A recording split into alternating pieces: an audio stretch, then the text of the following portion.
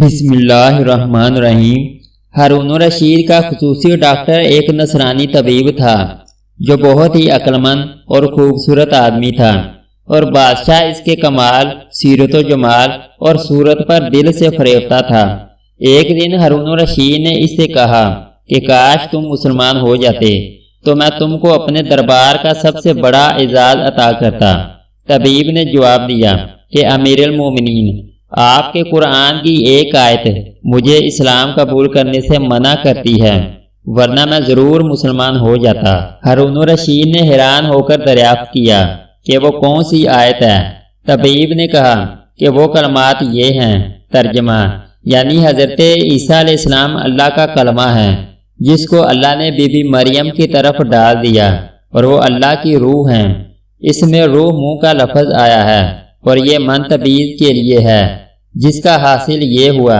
کہ حضرت عیسیٰ علیہ السلام خدا کا جز اور اس کا ایک ٹکڑا ہے۔ طبیب کی یہ تقریر سن کر ہارون الرشید کو بڑا رنج و صدمہ ہوا۔ اس نے اپنے دربار کے سب علماء کو طلب کیا تاکہ طبیب کے اس شبہ کا ازالہ کریں، مگر درباری علماء اس کا جواب دینے سے قاصر رہے۔ ہارون الرشید رنج و عالم سے بے قرار ہو گیا۔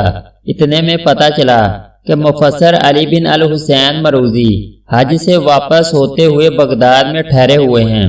ہارون الرشید نے فوراً ہی انہیں بھی دربار میں بلایا۔ وہ بھی یہ سوال سن کر چکرا گئے اور فوراً جواب نہ دے سکے، مگر انہوں نے فرمایا کہ اے امیر المومنین، اللہ تعالیٰ خوب جانتا ہے کہ یہ خبیث نصرانی آپ کے دربار میں مجھ سے یہ سوال کرے گا، لہذا میرا ایمان ہے کہ ضرور اس نے اپنی کتاب میں اس شبہ کا جواب بھی دیا ہوگا جو اس وقت میرے خیال میں نہیں آ رہا، مگر میں انشاءاللہ تعالی جب تک اس کا جواب قرآن ہی سے نہ دوں گا، خدا کی قسم میرے لیے کچھ کھانا پینا حرام ہے۔ یہ کہہ کر وہ ایک اندھیری کوٹری میں داخل ہو گئے اور دروازہ بند کر کے قرآن مجید کی تلاوت کرنے لگے، یہاں تک کہ سورۃ جاثیہ کی آیت زبان پر آئی تو مارے خوشی کے اچھل پڑے اور فوراً دروازہ کھول کر باہر نکلے، اور دربار میں جا کر ہارون الرشید کے سامنے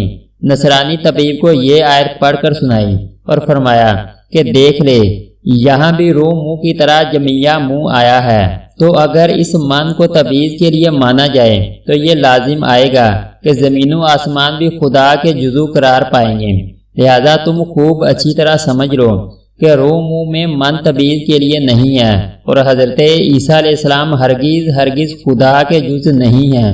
بلکہ وہ زمین و آسمان کی طرح خدا کی مخلوق ہیں۔ علی بن الحسین کی یہ نورانی تقریر سن کر نصرانی طبیب کا سینہ کھل گیا اور اس کا شبہ رفع ہو گیا، اور وہ اسی مجلس میں کلمہ پڑھ کر مشرف با اسلام ہو گیا۔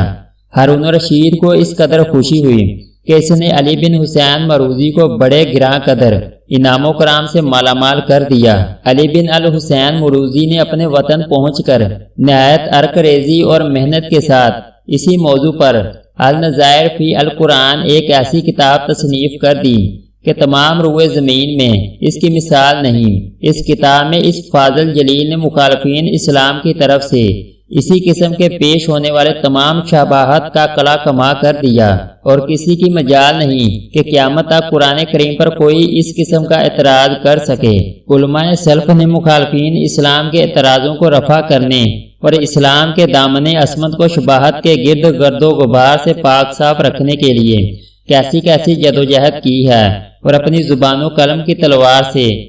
کیسے مجاہدانہ کارنامے انجام دے کر حق و باطل کے اس معرکے میں فتح مبین حاصل کی ہے۔